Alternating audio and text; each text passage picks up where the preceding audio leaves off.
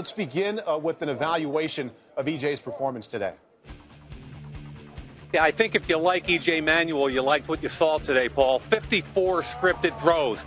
His private coach, Ken Mastrole, I thought did a really nice job highlighting not only his arm strength, but his movement skills. So an awful lot of bootleg, play action, on the move. Paul, he's got a big arm. The question with him is on tape with that Florida State offense. Most every throw is between 0 and 10 yards. And the ones that aren't are typically under center off play action. So I think in a pair of gym shorts today, he showed everything you could see. I think he's a better prospect than Christian Ponder was 2 years ago with more upside. Do you think you're really cutting against the grain there, thinking he's a better prospect than Christian Ponder was a couple years ago, who did end up going 12th overall to the Vikings? Are you more by yourself there, or people with you in this? In all honesty, I had Ponder as a second-round guy, and Minnesota took him pretty high, and the jury is still out there. I think this kid has better arm talent. He's a bigger, more physical specimen, and really his ceiling is higher.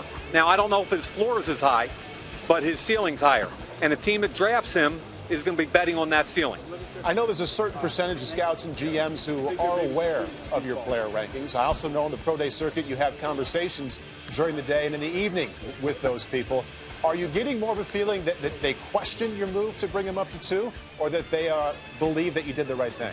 I think, Paul, the way I summed it up to you a couple weeks ago was that if I was going to make a mistake, I was going to do it with a big athletic kid with arm talent. And the more quarterback coaches I've talked to, and head coaches and general managers, I seem to get a lot of support from that perspective, because there are so many question marks about this quarterback class. So, I mean, if you want to like Matt Barkley or Landry Jones or the Wilson kid from Arkansas, you got to go back to junior tape to like them.